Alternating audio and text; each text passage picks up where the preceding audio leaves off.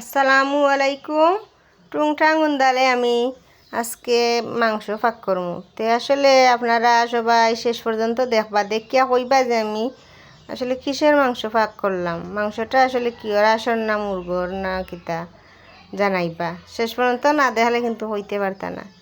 তো বাগার দিয়া আমি মাংসটারে মজানির পরে আপনারা দেখারাম এক এক করে সব মশলা দিলারাম। মরিচ পরিমাণ মতো দিয়া, পরিমাণ মতো হলুদ দিলাম, লবণ দিলাম, পরিমাণ মতো দিলাম বাখরের গুঁড়া।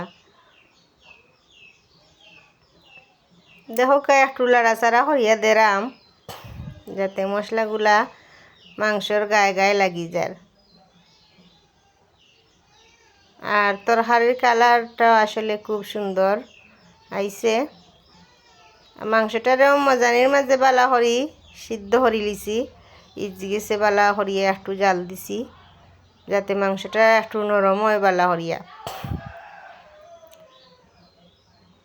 দেখো আমি তরকারির মশলা উশলা পরিমাণ মতো সব দিলাম, দিয়া আরও কারা একটু জাল দিলাম বালা করিয়া যাতে মশলাটা টানি যায়। এখন একটু পানি দিমু, পরিমাণ মতো পানি দিলাম, দিয়া আবার একটা জাল তুলাইলিম।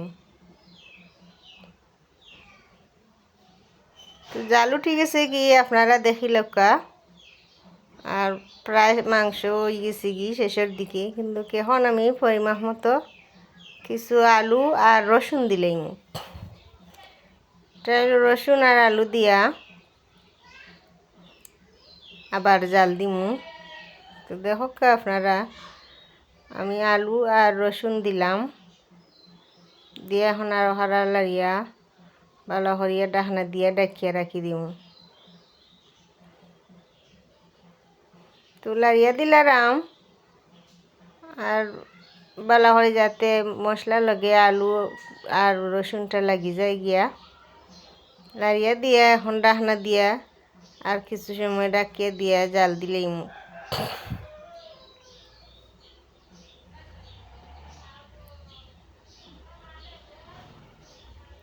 ডাকনা দিয়ে ডাকিয়ে জাল দিছি। দেওয়ার পরে তো আপনারা দেখাইলাই।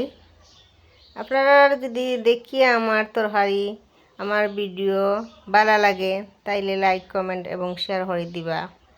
আপনারা লাইক কমেন্ট শেয়ার আমার সামনে আগুয়ানির অনুপ্রেরণা জাগবো মনের মাঝে।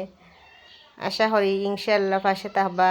আমি সামনে আগুই দিলে আপনার পাশে প্রয়োজন, আপনারা পাশে তাহলে ইনশাল্লাহ একদিন সফল হইমু।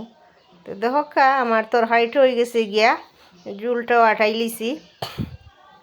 আসলে তরকারির কালারটাও খুব সুন্দর হয়েছে, রসুন আলু খুব ভালো করেও সিদ্ধ হয়েছে।